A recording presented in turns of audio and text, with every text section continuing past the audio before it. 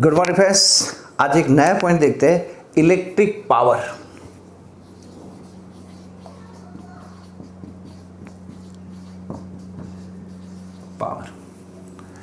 अब स्टूडेंट्स, आपने देखा होगा कि मेरे पास दो बल्ब हैं। अब ऐसा कंसीडर करो कि बल्ब का सिंबल हम ऐसा कुछ लिखते हैं और ये बल्ब है, एक दूसरा बल्ब मेरे पास और है। अब ये बल्ब मैं ऐसा कहता हूँ 40 वॉट का है और ये बल्ब 100 वॉट का है। तो आप जाहिर सी बात है, कौन सा बल्ब ज़्यादा लाइट देगा? तो आप कहेंगे 100 वॉट का बल्ब ज़्यादा देगा। क्यों ज़्यादा देगा? तो वो ज़्यादा पावर खाता है, इसका पावर ज़्यादा है। तो पावर मतलब क्या? तो वही हम देखते हैं, a rate of doing work is called the power. तो यहाँ हमारे घर के अंदर अलग अलग अप्लायंसेस होती है, कुछ अप्लायंसेस अलग अलग वर्क पर काम करते हैं। सपोज हम बात करें एसी, तो यहाँ अभी बच्चों स्प्लिट एसी है, तो जनरली तो कितने पर? तो 2000 वॉट पर काम करता है। वोल्टेज तो उसके होंगे 220 वोल्ट। अगर हम बात करें कि टेलीविज़न, तो एलईडी जो टेलीविज़न आती है वो 120 वॉट के होते हैं, तो वो भी V is equal to 20 volt पर काम करते हैं। उसी प्रकार हम बात करेंगे इलेक्ट्रिक आयरन, तो इलेक्ट्रिक आयरन की बात करूं तो वो कितने पर? तो 1200 वॉट पर काम करते हैं और ये 220 वोल्ट। ये अलग अलग कंपनियां जो बनाती है उसके ऊपर अलग अलग इसका रेटिंग हो सकता है, थोड़ा चेंजेबल हो सकता है। इसके बाद हम रेफ्रिजरेटर की बात करें या हम बच्चों फैन की बात करें, तो फैन के अंदर आप जानते हैं कि 80 वॉट होती है और वो भी वर्क करता है 220 वोल्ट। तो यहाँ पे अलग अलग वोल्टेज है, वॉट है, पावर और ये वोल्टेज देखो सबका सेम है, पर पावर क्या सबका डिफरेंस है। तो ये ऐसा क्यों? तो वो हम बात यूज़ करते हैं कि कौन कितने टाइम में कितनी एनर्जी खाता है, तो वो बात हम यहाँ से समझेंगे। तो इलेक्ट्रिक पावर क्या है, तो वो समझेंगे तो आपको बिल्कुल अच्छी तरह समझ में आ जाएगा।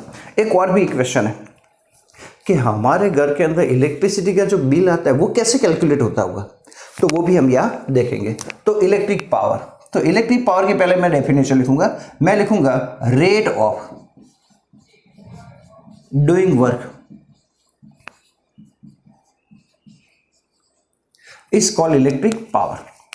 अब यहां power is denoted by P, तो वर्क अपॉन टाइम।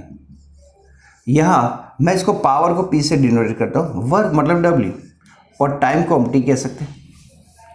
अब यहाँ W की जगह हम VQ लिखते थे, so P is equal to VQ upon क्या होता है T।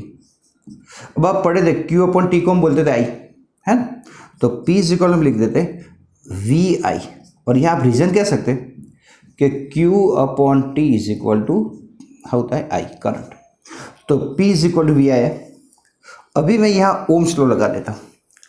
तो ओम्स लॉ क्या होगा? कई इस क्वेश्चन को ऐसे भी लिखते हैं, वर्क की जगह में एनर्जी भी लिख सकते हैं, energy upon time means how much energy consume in a unit time is called the also power. And now here we using the ohm's law, V is equal to RI, so therefore P is equal to value of V, तो V की जगह मैं RI लिख देता हूँ और इन to I, तो P is equal हो जाएगा I²R। तो ये पावर का दूसरा फॉर्मूला है। अब और इसी फॉर्मूले के अंदर चलो V ले खुद में, तो यहाँ मैं V की जगह कुछ और लिख सकता हूँ। तो ओम्स लॉ फिर से लगा दे, तो ओम्स लॉ हम पढ़े थे, V is equal to RI, I is equal क्या लिख सकते हैं? तो V अपॉन R। तो P is equal to V² upon R², square है ना इसलिए एक R कट हो जाएगा, तो P is equal to V² upon R। तो पावर के तीन फॉर्मूले, ये वन फार्मूला, ये हम कैसे सकते हैं, वन फार्मूला है पावर का, ये दूसरा है और ये तीसरा है। अब ये फॉर्मूला कैसे लगाते हैं? तो if V and I is given, तो we use this formula. If I and R is given, तो this formula P is equal to I²R, and third one is V² upon R। तो ये तीन formula में याद रखने हैं। अब यहाँ बात करते हैं वर्क यानी यूनिट। तो यूनिट क्या होगा? पावर का यूनिट। तो यूनिट ऑफ पावर, तो देखो वर्क मेजर इन जूल और upon time measure in second, joule पर सेकंड लिखते हैं। एक और साइंटिस्ट है जिसका नाम था जेम्स वॉट, तो इसकी याद में हम लिखते हैं इसका यूनिट वॉट भी लिख सकते हैं। तो इसका दूसरा यूनिट वॉट है। जूल सेकंड लिखो या वॉट लिखो। एक और भी बात करते हैं कि ये जो पावर का यूनिट है वो कैसे, तो प्रैक्टिकल लाइफ के अंदर जो वॉट यूनिट है बहुत ही छोटा है। एक ऐसा भी यूनिट लिख सकते हैं, वी का यूनिट क्या होगा, तो वोल्ट इंटू एम्पियर। तो आप ऐसा भी लिख सकते हैं वोल्ट एम्पियर वी आई। एक और भी इसके ऊपर से भी बना सकते हैं, एम्पियर स्क्वायर और रेजिस्टेंस का ओम, तो ओम एम्पियर स्क्वायर। इसके ऊपर से भी बना सकते हैं कि वोल्ट का स्क्वायर और पर ओम। तो ये पावर का ये सारे यूनिट है। अब यहाँ जनरली जो यूज होता है वो वॉट होता है, जिससे हम डब्ल्यू भी डिनोटेट करते हैं। तो ये पावर के सारे यूनिट थे, तो मैंने इसके ऊपर से बनाया, इसके ऊपर से बनाया, इसके ऊपर से, पर जनरली वॉट यूज होता है। What is the very small unit. तो प्रैक्टिकल लाइफ के अंदर किलो वॉट भी यूज होता है। तो हम ऐसा भी लिख सकते हैं 1 kilowatt is equal to 1000 watt. ऐसा भी लिख सकते हैं 1 मिलियन वॉट, तो 10 टू पावर 6 वॉट आप कह सकते हैं। इसको 10 टू पावर 3 वॉट भी कह सकते हैं। ओके, अब इसके बाद एक यूनिट होता है HP, हॉर्स पावर बोलते हैं इन ब्रिटिश सिस्टम। तो वो होता है 1 HP मतलब हॉर्स पावर 746 वॉट। ये हमारे घर के अंदर जो सबमर्सिबल होता है, मतलब आपके घर के अंदर होगा, नीचे के पानी को हम ऊपर की टंकी में भरते हैं, तो वो जो इलेक्ट्रिक सबमर्सिबल पंप होता है, इलेक्ट्रिक मोटर होती है, उसको HP में मेजर करते हैं। और जनरली हमारे घर में होती है वो 0.5 HP की होती है, या हम कह सकते हैं 1 HP की होती है। तो वो कोई भी चीज़ को, पानी को खींचने के लिए जो इलेक्ट्रिक मोटर आती है वो HP की होती है। और हमारे गाड़ियों के अंदर जो इंजन होता है वो भी HP में ही होता है। तो ये हॉर्स पावर बोलते हैं। एक और भी यूनिट हमने ये किलो वॉट, ये HP, ये यूनिट लगाए। तो ये सब पावर के यूनिट थे। अब एक और ज़्यादा समझते हैं कि इलेक्ट्रिक एनर्जी को कैसे समझे। इलेक्ट्रिक एनर्जी, अब मैं पहले आपको थोड़ा बता देता हूँ कि अभी मैंने पावर का लिखा तो P is equal to W/T लिखा। अब आपको कोई बोले 1 वॉट कितना होगा, तो मैं पावर की जगह 1 लिख देता हूँ। ये 1 जूल होगा और ये 1 सेकंड। तो हम बोल सकते हैं 1 वॉट कब होगा, तो 1 what means 1 joule work done in electric circuit in 1 second is called 1 what. कई बार ये क्वेश्चन पूछते हैं what is meaning of the 1 what. So 1 joule work done in electric circuit in 1 second is called the 1 what. ये ऐसा भी कह सकते हैं कि 1 joule work done by the any electronic appliances in 1 second is called the 1 what. तो ये 1 what था। अब हम बात करते हैं इलेक्ट्रिक एनर्जी। तो इलेक्ट्रिक एनर्जी क्या होती है, तो वो समझते हैं। तो इलेक्ट्रिक एनर्जी हम बोलेंगे amount of energy consume in unit time. तो हम बोलेंगे एनर्जी, इलेक्ट्रिक एनर्जी।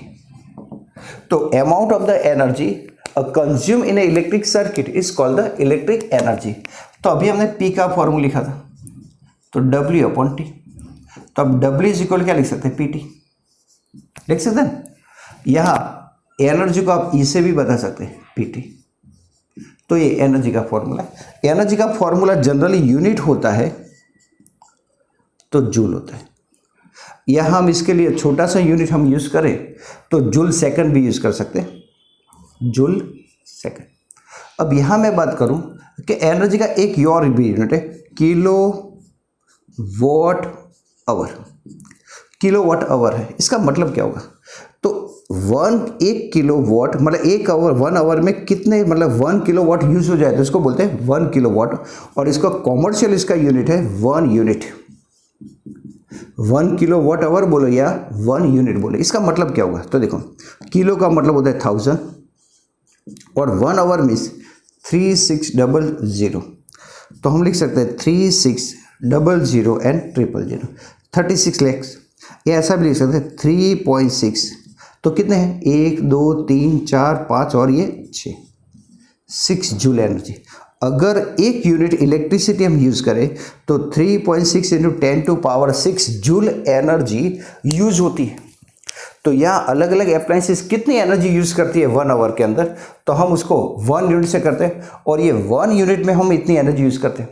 अभी बच्चों अलग अलग स्टेट में अलग अलग जगह पर ये जो इलेक्ट्रिसिटी है उसका यूनिट होता है, और वो यूनिट की प्राइस कई जगह पर 5 रुपये, कई जगह पर 4 रुपये, कई जगह पर 6 रुपये, तो उसका रेट अलग अलग होता है। उसके आधार पर इसको हम कैलकुलेट करते हैं, और वो हमारे घर के अंदर जो इलेक्ट्रिक एनर्जी होती है वो यूनिट में मेजर दी जाती है।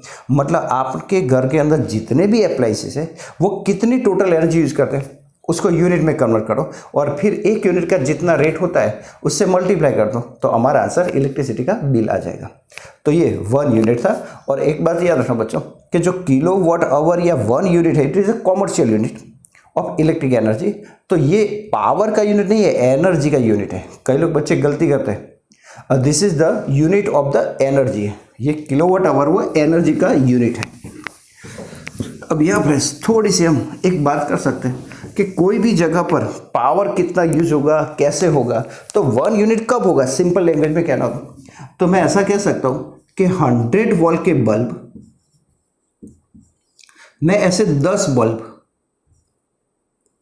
10 बल्ब इन 1 आवर, अगर 100 वोल्ट के 10 बल्ब 1 घंटे तक चालू रखूं तो हम कह सकते हैं 1 यूनिट होगा,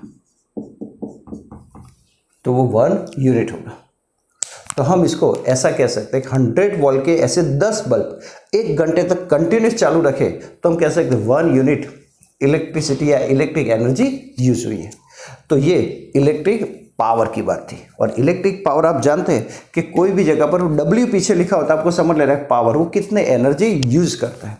तो यह work rate of the work doing is called the electric power. तो ये फ्रेंड्स पावर के लिए इतना ही था, और बाकी के बच्चों लेक्चर के अंदर मैं बाकी की बातें करूँगा। तो यहाँ तक बच्चों इलेक्ट्रिक पावर यहाँ तक रखते हैं।